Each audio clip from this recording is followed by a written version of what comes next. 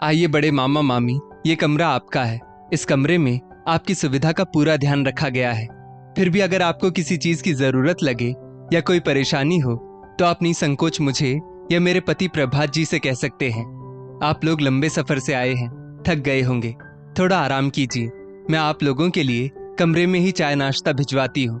फिर थोड़ी देर में शादी के सारे कार्यक्रम शुरू हो जाएंगे। मुझे हर कदम पर आप लोगों की सलाह की जरूरत पड़ेगी। मुझे बहुत खुशी हुई कि आप लोग इतनी दूर से मेरे बेटे बहू को आशीर्वाद देने के लिए उनकी शादी में शामिल होने आए।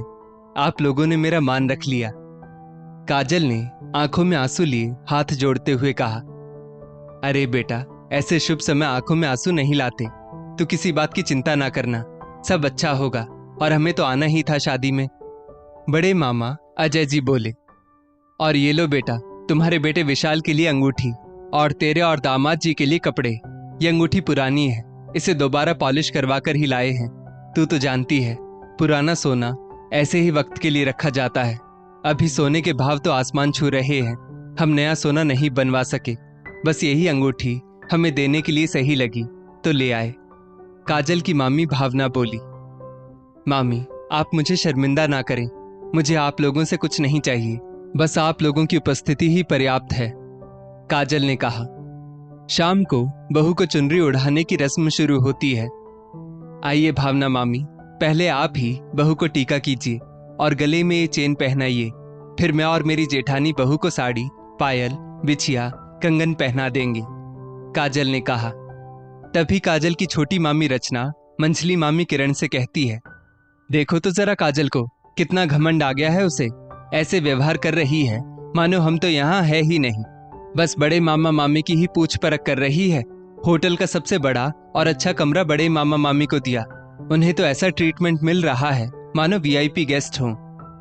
हाँ, कह तो तुम सही रही हो। दोपहर के खाने के समय बड़ी मामी के मुंह में ठूस ठूस कर गुलाब जामुन डाल रही थी काजल। जब मेरा नंबर आया तब उसने मुझे गुलाब जामुन खिलाने के लिए अपना हाथ आगे बढ़ाया तो मैंने लोक लाज से जरा एक बार क्या मना किया खाने से, तो उसने दोबारा मुझसे पूछा ही नहीं। बड़ी बेइज्जती हो गई मेरी। बड़े मामा को तो ऐसे इज्जत दे रही है मानो देश का सबसे बड़ा आदमी आ गया हो शादी में। अब तो ऐसा लग रहा है इतना खर्चा करके फालतू में आ गए इसके बेटे की शादी में। मंझली मामी किरण बोली, अरे जब पिछले साल बड़े मामा की तबीयत खराब हुई थी, जरा सा शुगर लेवल बढ़ गया था और बीपी हाई हो गया था, तो काजल पहुंच गई थी तुरंत फ्लाइट से। अगले ही दिन अपने साथ अपने घर भी ले आई। अपनी निगरानी में उनका इलाज भी करवाया और एक बार हमने उससे कहा कि हम हफ्ते भर के लिए तुम्हारे घर रुककर शहर घूमना चाहते हैं, तो उसने हमें जरा भी मान नहीं दिया। आने से मना तो नहीं किया, पर हमारे साथ 2 घड़ी भी नहीं बैठी। हमें कामवाली के हाथों का ठंडा खाना खाना पड़ता था। वो तो चली जाती थी अपना बिजनेस देखने। 2 दिन ज्यादा रुकने को भी नहीं कहा। बहुत घमंडी हो गई है ये काजल। इस बार छोटी मामी रचना बोली। मंझली और छोटी मामी ये नहीं जानती थी कि हमारे कर्म और व्यवहार 1000 गुना होकर हम पर ही लौट आते हैं। हम जैसा दूसरों के साथ व्यवहार करेंगे, हमें वैसा ही व्यवहार वापस मिलेगा। काजल के बेटे की शादी में उसके तीनों मामा मामी आए हुए थे। आते भी क्यों ना, जयपुर में डेस्टिनेशन वेडिंग जो रखी थी, लाखों की तो बात ही छोड़ो, करोड़ों में होने वाली थी शादी। वर पक्ष वधू पक्ष दोनों शादी में दिल खोलकर खर्च करने में समर्थ थे। काजल का पति शहर का जाना माना बिल्डर था और काजल का बेटा पायलट। काजल की बहू के पिता भी सूरत के प्रसिद्ध हीरा व्यापारी थे। सो बढ़िया से वेडिंग प्लानर को बुलाकर ग्रैंड शादी होने वाली थी। काजल के मंझले मामा मामी, छोटे मामा मामी तो बस शादी में एंजॉय करने चले आए थे और काजल के ठाट बाट देखकर तो उनके होश ही उड़ गए थे। हाँ, काजल के बड़े मामा मामी काजल के विशेष आमंत्रण पर बच्चों को आशीर्वाद देने जरूर पहुंचे थे। काजल ने अपने बड़े मामा मामी से स्पष्ट रूप से कहा था कि वे लोग आएंगे तभी शादी की गरिमा बढ़ेगी और काजल के दिल को संतुष्टि मिलेगी कि उसके मायके से कोई आया। काजल की माँ जया जी 3 भाइयों की इकलौती बहन थी। सामान्य स्थिति का परिवार था। परिवार में माता पिता, 3 भाई और बहन जया। समय रहते चारों भाई बहन की शादी हो गई। जया को ससुराल में शुरू से ही समस्याओं का सामना करना पड़ा। उसकी हैसियत ससुराल में किसी नौकरानी से ज्यादा नहीं थी। पति पत्नी के बीच प्रेम के साथ भरोसा, समझदारी, सहयोग की भावना होनी चाहिए, पर जया का शादीशुदा जीवन टॉक्सिक था। जया के द्वारा गलत के खिलाफ जरा सा भी विरोध करने पर उसे घर से निकाल देने की धमकी दी जाती। उसके मायके वालों को फोन कर बेइज्जत किया जाता। एक दो बार तो जया खुद ससुराल छोड़कर मायके आ गई, पर माँ बाप ने उसे समझा बुझाकर समाज की दुहाई देकर वापस ससुराल भेज दिया। इधर जया की तीनों भाभियां घर में बहू बनकर आ चुकी थी। शादी के थोड़े ही समय बाद मंझले भाई ने अपना तबादला दूसरे शहर में करवा लिया, क्योंकि उसकी पत्नी इतने बड़े परिवार में तालमेल बनाकर नहीं चल पा रही थी। समय अपनी रफ्तार से चल रहा था और परिवार बढ़ता जा रहा था। जया एक बेटी काजल की मां बन गई। कुछ समस्याओं के चलते डॉक्टर के अनुसार उसके दोबारा मां बनने के चांसेस ना के बराबर थे। अब तो ससुराल वाले एक भी मौका नहीं छोड़ते उसे परेशान करने का। कारण था जया उन्हें कुल का वारिस बेटा देने में सक्षम नहीं थी। एक बार छोटी सी बात पर जया के पति ने उसे खूब पीटा। सास ससुर ने भी आग में घी डालने का काम किया। जया ने रोते बिलखते हुए अपने बड़े भाई अजय को फोन लगाया और सारी घटना विस्तार से कही। भैया, अपनी बहन को बचा लो, मैं अपनी बच्ची के लिए जिंदा रहना चाहती हूँ, मुझे यहाँ से निकाल लीजिए। इतना बोलकर जया ने फोन रख दिया। तीनों भाई जया के ससुराल जाते हैं। ससुराल वाले अपनी गलती मानने को तैयार नहीं थे। वो तो चाहते ही थे कि जया अपनी बच्ची को लेकर ससुराल छोड़ दे और उसका पति दूसरी शादी कर ले। बात सुलझने की जगह और बढ़ गई। तीनों भाइयों और जया के पति के बीच हाथापाई की नौबत आ गई। तीनों भाई अपनी बहन जया और उसकी बच्ची को लेकर वापस आ गए। जया की ऐसी हालत देख माँ बाप का तो कलेजा ही मुंह को आ गया। तब बड़े भाई अजय ने स्थिति को सामान्य करते हुए कहा, जो होता है अच्छे के लिए ही होता है। अब हमारी बहन उस नर्क से निकलकर हमारे पास आ गई है। समय के साथ स्थिति बेहतर हो जाएगी। यहाँ हम सबके बीच जया और काजल का अच्छे से पालन पोषण हो जाएगा। जरूरी नहीं है कि खराब शादी में जिंदगी भर तिल तिल कर मरा जाए। मंझला भाई तो पहले से ही दूसरे शहर में था।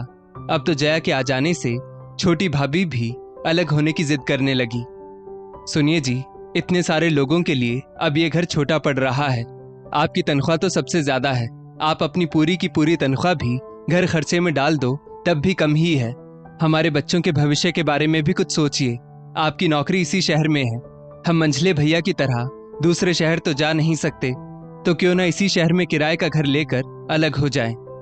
छोटा भाई भी अपनी पत्नी की बातों में आकर बड़े भाई को मुश्किल घड़ी में अकेला छोड़ अलग हो गया। अब घर में रह गए माता पिता, बड़े भाई भाभी, उनके 2 बच्चे, एक बेटा और एक बेटी, जया और उसकी बेटी काजल। बेटी की जिंदगी में आए भूचाल से माता पिता चिंताग्रस्त रहने लगे। बड़े बेटा बहू के ऊपर ही सब जिम्मेदारी आ गई थी। स्थिति को देखते हुए जया के पिता ने एक फैसला लिया। सारी की सारी जिम्मेदारी बड़े बेटा बहू पर आ गई है, तो हमने फैसला लिया है कि जया की बेटी काजल हमारे मंझले बेटे के पास रहेगी, क्योंकि वो बड़ा शहर है। बच्ची को पढ़ने लिखने की सुविधा हो जाएगी। मंझले बेटे के बच्चे भी काजल के हम उम्र हैं। जया छोटे भाई भाभी के साथ इसी शहर में रहेगी। समय समय पर हमसे मिलती भी रहेगी। पिता ने तीनों बेटों को अपने पास बुलाकर कहा। मंझले बेटा बहू पिता का मान रखकर 10 वर्षीय काजल को अपने साथ ले गए, पर उसके साथ सही बर्ताव नहीं किया। काजल की मंझली मामी ने हमेशा अपने बच्चों और काजल में भेदभाव किया। मंझली मामी किरण अपने पति की गैर मौजूदगी में काजल को घरेलू काम में उलझा कर रखती, बासी खाना खाने को देती, बात बात पर उस छोटी सी बच्ची पर चिल्लाती। काजल कभी विद्रोह भी करती तो मामी उसके साथ मारपीट करती, अपने पति से काजल की झूठी शिकायत करती। एक बार मंझली मामी ने घर में गुलाब जामुन बनाए, अपने बच्चों को प्यार से खिलाए, पर काजल को एक भी नहीं दिया। बाल मन खाने के लिए ललचा उठा। काजल ने चुपके से एक गुलाब जामुन खा लिया जब किरण सो रही थी। चोरी करते शर्म नहीं आई तुझे? आज तेरी खैर नहीं। आज गुलाब जामुन चुरा कर खाया है, कल ना जाने क्या क्या चुराएगी। वो तो मैंने सारे गुलाब जामुन गिन कर रखे थे, वरना तो मुझे चोरी का पता ही नहीं चलता। इतना बोलते बोलते किरण ने काजल के गाल पर 2-3 चाटे लगा दिए। ऐसी कई घटनाएं अब अक्सर ही होने लगी। इधर जया के माता पिता भी बेटी की चिंता में असमय चल बसे। जया के साथ भी छोटे भाई भाभी द्वारा खूब खराब व्यवहार किया जाता। जया एक स्कूल में पढ़ाने भी लगी। उसकी सारी तनख्वाह भी उसकी भाभी ले लिया करती। उसकी तनख्वाह भी इतनी नहीं थी कि वो अपना और अपनी बेटी का खर्च उठा सके। जया से घर के सारे काम करवाए जाते, साथ साथ हर पल एहसान दिखाया जाता कि वो अपने भाई भाभी के भरोसे जिंदगी काट रही है। 2 बोल प्यार से उससे कोई ना बोलता। उड़ती उड़ती सारी खबरें बड़े भाई भाभी तक पहुंचने लगी। बड़े भाई को अपनी बहन जया और उसकी बेटी की स्थिति का अंदाजा लग गया। बड़ा भाई अपनी बहन और उसकी बेटी को अपने घर ले आया। वहां उनके साथ घर के सदस्य सा व्यवहार किया जाता। ज्यादा सुविधा नहीं थी, पर प्यार और अपनापन खूब था। कम में भी मिल बांट कर खाया जाता। जया और काजल को अपनेपन का सहारा मिल गया था। यहाँ भी जया स्कूल में पढ़ाने लगी, साथ साथ में वो अपनी भाभी का हाथ भी बटाती। काजल भी प्यार भरे माहौल में आगे पढ़ने लगी। पर यह खुशी भी ज्यादा देर तक काजल की जिंदगी में ना रही। उसकी माँ जया का एक रोड एक्सीडेंट में निधन हो गया। पर जिंदगी तो चलती रहती है। काजल ने अपनी ग्रेजुएशन पूरी कर ली। बड़े मामा मामी ने अपना फर्ज बखूबी निभाया। उसे माँ की कमी कभी खलने ना दी। दोनों छोटे मामा मामी काजल की शादी सामूहिक विवाह में कराकर उससे हमेशा के लिए छुटकारा पाना चाहते थे, लेकिन बड़े मामा ने एक योग्य वर देखकर काजल की शादी पक्की कर दी। अपनी हैसियत अनुसार शादी की सारी जिम्मेदारी बड़े मामा मामी ने ही उठाई। शादी के बाद काजल को मंझले और छोटे मामा मामी ने कभी अपने घर नहीं बुलाया। अपने बच्चों की शादी में भी काजल को आमंत्रित नहीं किया, ये सोचकर कि कहीं काजल उनके गले ना पड़ जाए।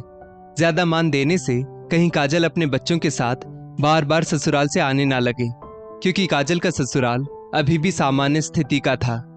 कहते हैं ना, समय बहुत बलवान होता है, कब राजा को रंक बना दे और रंग को राजा कोई नहीं कह सकता। आज काजल का पलड़ा भारी था। उसका पति शहर का बहुत बड़ा बिल्डर बन चुका था। काजल आज खुशहाल जिंदगी जी रही थी। उसके ठाठ बाट तो देखते ही बनते थे। काजल ने अपने बड़े बेटे की शादी में अपने तीनों मामा मामी को बुलाया था, पर वो मुसीबत के समय उनके द्वारा किए गए व्यवहार को भी भूल नहीं पाई थी। इसलिए बड़े मामा मामी के प्रति उसके मन में कृतज्ञता का भाव था और छोटे मामा मामी के प्रति कटुता का भाव था। दोस्तों, जिस प्रकार के कर्म आपने किए हैं, उसी प्रकार के फल आपको आपके कर्म लौटाते हैं। किसी के बुरे समय में उसका सहारा बने, ना कि उसे अपमानित करें, क्योंकि लोग अपमान सूद समेत वापस कर देते हैं। जो आप स्वयं जीवन में पाना चाहते हैं, वैसा ही व्यवहार आप दूसरों के साथ करें। इस स्टोरी को लेकर आपकी क्या राय है, नीचे कमेंट करके जरूर बताइएगा। और ऐसी ही और भी बेहतरीन वीडियोस के लिए हमारा पेज जरूर फॉलो करें। धन्यवाद।